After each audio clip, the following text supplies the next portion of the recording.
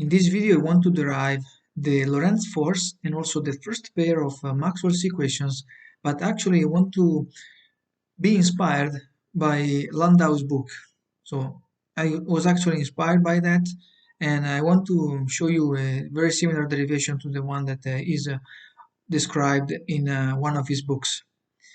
And we will consider in particular one particle, and then we write the action for one particle. So the action S is equal to the integral of minus the mass of the particle times the speed of light c times the invariant element ds, and then I have minus the charge E divided by the speed of light c, a mu, which is the force potential, times dx mu, like this. And of course ds can also be written as the square root of dx mu, like this. And now what we are going to do is we are going to simply take the variation of the action ds. So I'm going to do a different calculation with respect to the ones that I have already showed you in the previous sections of this course.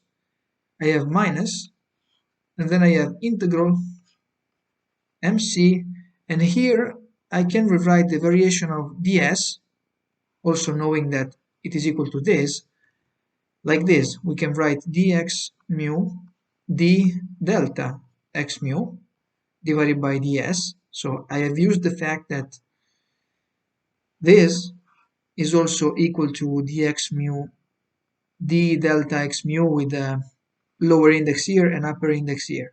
So you can easily check that you get this expression here. So you can write it like this, the variation of the element ds, and then you have plus e over c a mu d delta x mu plus e over c variation of a mu times dx mu, and then this is equal to 0.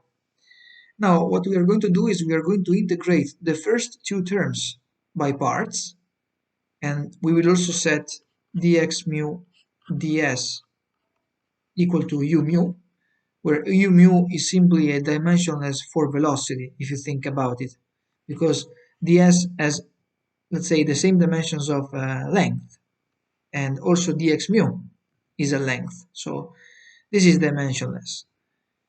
It has the same meaning as the for velocity. Now we are going to rewrite ds delta s, so we're going to write it like this, integral. Now since we have integrated these first two terms by parts, we can rewrite it like this. We have mc du mu delta x mu plus e over c delta x mu dA mu, and then we have minus e over c delta a mu dx mu.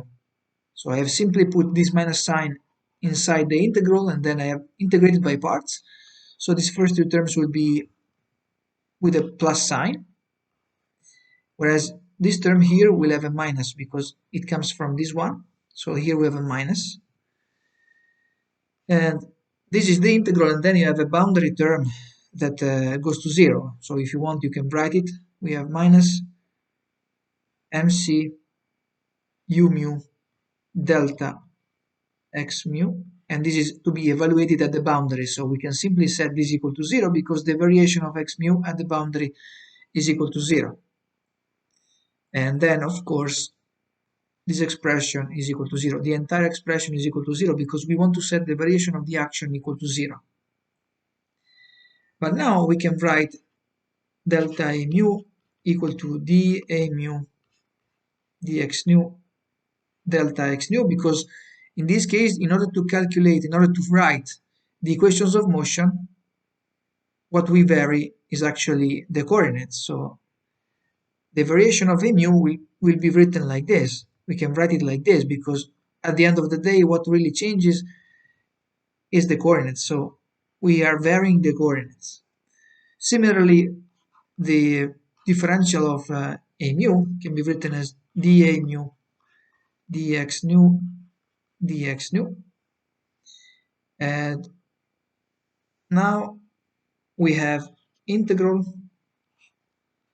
mc du mu ds times ds delta x mu plus e over c, and then here I can rewrite it like this: dA mu dx nu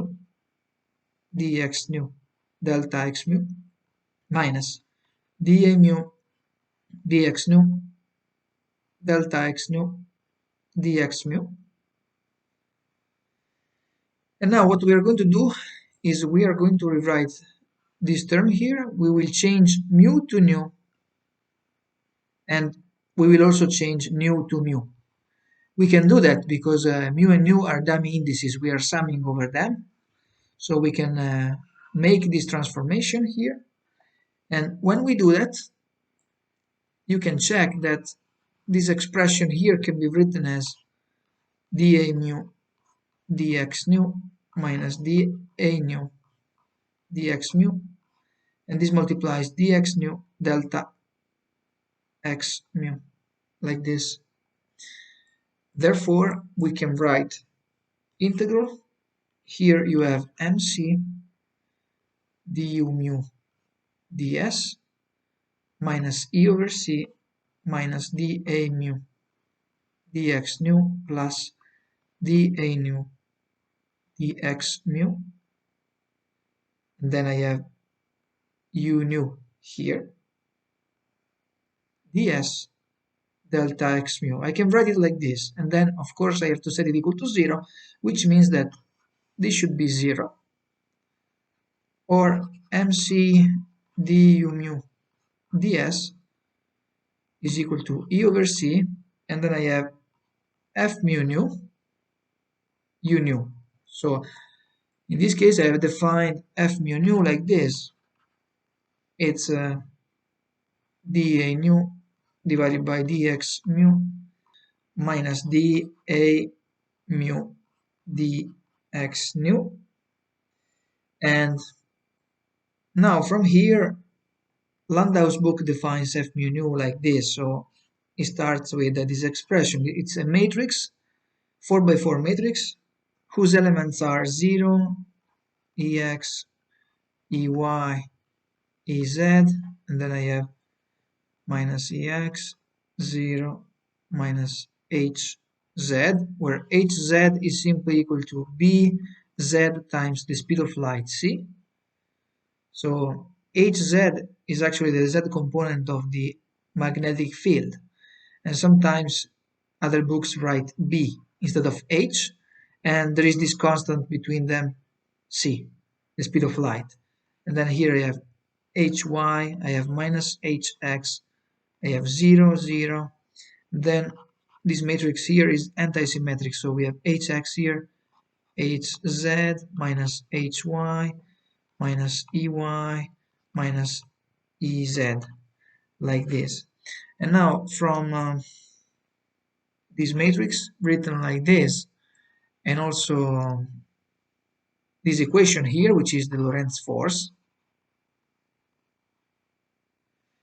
you can also obtain the following: the electric field E is equal to minus 1 over c dA over dt, and then I have minus the gradient of phi, which is related to the first component of the 4 potential. So it's the 0 component if you want, because the 4 potential has 4 components, and then usually we say that it has the 0 component, the first component, the second component, and the third. But of course you can say also the first component, the second, the third, and the fourth. So it depends on you. Anyway, then you also have h equal to the curl of A. So this is the first pair of Maxwell's equations.